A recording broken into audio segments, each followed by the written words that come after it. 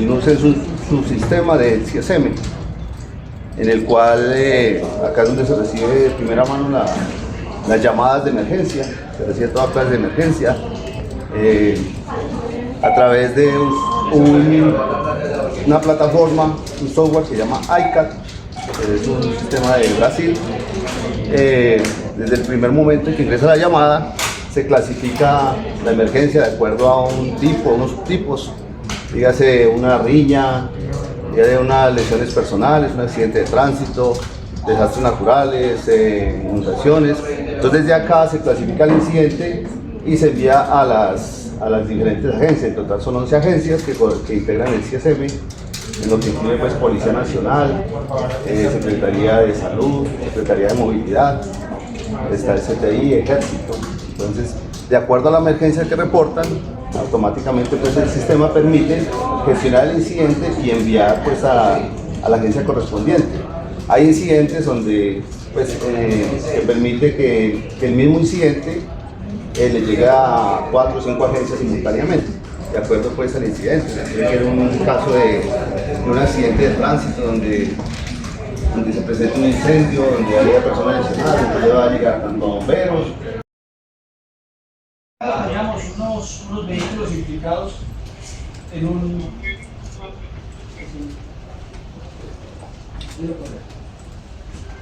Sí, teníamos una motocicleta implicada en un carreteo. Se le empezó a hacer la trazabilidad, ya los ciudadanos estaban alertados de los sujetos. Ahí podemos observar el sujeto como marca a la ciudadana que lleva el dinero para posteriormente cometerle el hecho delictivo. Ya como los cuadrantes estaban alertados, estaban pendientes para poder ubicar a estos sujetos, ellos intentan huir. Inmediatamente se ve la reacción de las unidades en calle que ya estaban alertadas y estaban pendientes para poder evitar el hecho delictivo. Y ahí en ese momento lo que ustedes observan es que la gente intenta pues, del hecho, intentan agredirlos y ya a los policías les toca preservar la integridad de estos delincuentes.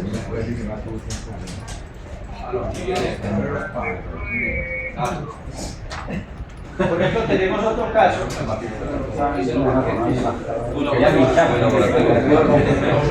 Este otro caso, señores, estos sujetos habían hurtado, este sujeto ha hurtado un teléfono celular mediante la intimidación de arma de fuego. Se alertaron a las unidades, los compañeros como siempre pendientes por el canal, alertando, guiando los cuadrantes. Como ustedes pueden observar, aquí en la huida se cae el sujeto, los cuadrantes siguen detrás de él haciendo el cierre, pero no se logra ubicar en este momento, los cuadrantes siguen de ellos, detrás de ellos. Al delincuente no le interesa exponer su vida. Entonces hacen que se suelta la vida de los ciudadanos y los compañeros. Acá ya se cae el sujeto nuevamente, intenta huir, pero se logra ser capturado, la recuperación del elemento y la incautación del arma de fuego por todo el hecho delictivo. Por ejemplo, el que decía mi mayor acerca de redes sociales, sí, en este caso, nos llega la información por redes sociales sobre el hurto de un ciudadano. Ahí está cometiendo el hecho delictivo, nos envían el video, logramos sacar la placa y ya empiezan los compañeros pues, a informar. ¿Qué sucede? Lo que les decía, al delincuente no le interesa, van a ganar. Los compañeros informados en la calle les toca exponer su vida, lastimosamente la función, hay que cumplir con la función, no les interesa. Huyen en contravía por una vía principal, esa vía principal ya está en la calle San Juan. A ellos no les interesa ese tema. Siguen los compañeros pues en la perspectiva buscando dar la captura de estos sujetos.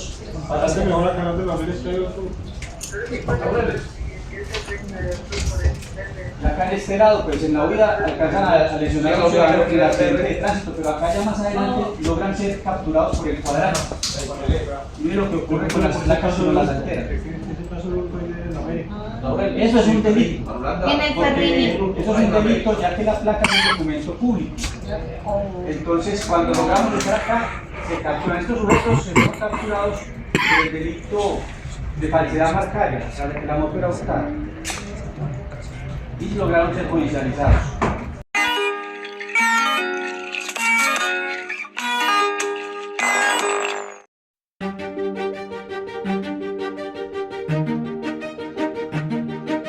Los años 90 90, tenemos que tener muy en cuenta este dato que les voy a dar para entender por qué la Comuna 13 se volvió un lugar muy bueno para grupos guerrilleros.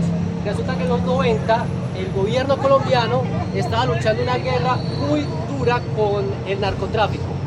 Y esa guerra tuvo epicentro en Medellín, en la parte centro-oriental, es decir, al otro lado de la ciudad.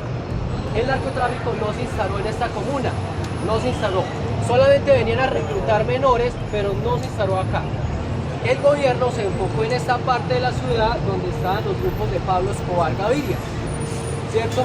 Eso lo hizo un atractivo para grupos guerrilleros y milicianos. Después, en el 93, cuando muere Pablo Escobar, cuando asesinan a Pablo Escobar en un barrio llamado Laureles, cerca de acá, se fragmentan todos estos grupos que había, quedan muchos grupos y empieza una guerra de poder entre grupos paramilitares que se conformaron después por disidencias de los grupos que trabajaban con Pablo Escobar.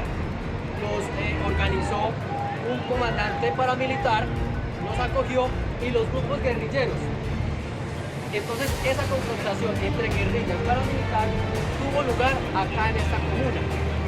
Para el año 2002 hubo un hecho que marcó el conflicto en esta zona y que puso la lupa para que el gobierno le metiera de pronto más fuerza y diversión social.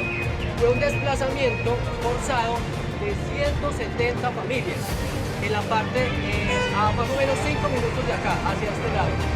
120 familias de las 200 que vivían acá se desplazaron intraurbanamente. Fue la primera vez en Colombia que hubo un desplazamiento intraurbano, porque veníamos desde los años 80 con un desplazamiento rural, es decir, el conflicto de milicias y grupos guerrilleros tenía lugar en la zona rural.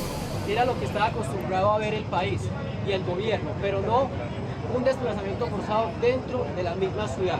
Entonces, estas familias, parte de ellas, se ubicaron en coliseos acá y hubo, digamos, una pobre atención de parte del gobierno en ese momento para atenderlas por el problema de narcotráfico que ya venían adelantando. En el año 2002, cuando Álvaro Uribe Gómez, el presidente, ingresa al poder, ¿sí? Es elegido popularmente, entra a desarrollar una política que prácticamente fue el final del conflicto armado acá en esta comuna y en la mayoría de Colombia, que fue la política de seguridad democrática. Este presidente dijo: lo más importante para acabar con la guerrilla y los grupos armados es garantizar seguridad en las zonas para que entre todo el Estado. Garantizamos seguridad y podemos hacer un acueducto, podemos hacer una escuela. Si hacemos eso sin que haya seguridad, lo van a destruir y no va a funcionar. Es cuando, después de la Operación Orión, que fue una operación muy famosa en el año 2002, donde tuvieron más o menos 1.500 policías, entre policías y soldados, que ingresaron acá a confrontarse directamente con las guerrillas. Las guerrillas se habían tomado toda la parte de los cerros y habían habido antes de esas 11 operaciones que no tuvieron éxito. Ya con Álvaro Uribe en el poder, él ordena a la cúpula militar y de policía entrar. Entonces entran tanques, entran 2 helicópteros y todo el despliegue de la fuerza pública. Fue algo muy duro para la comunidad, porque como todos sabemos, en toda confrontación violenta, la mayor cuota la paga la comunidad.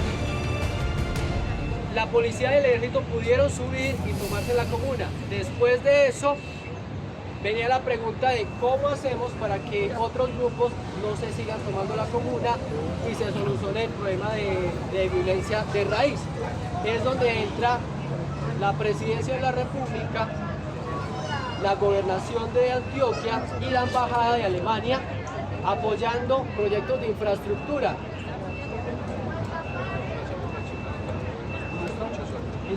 Vamos a seguir aquí por esta parte.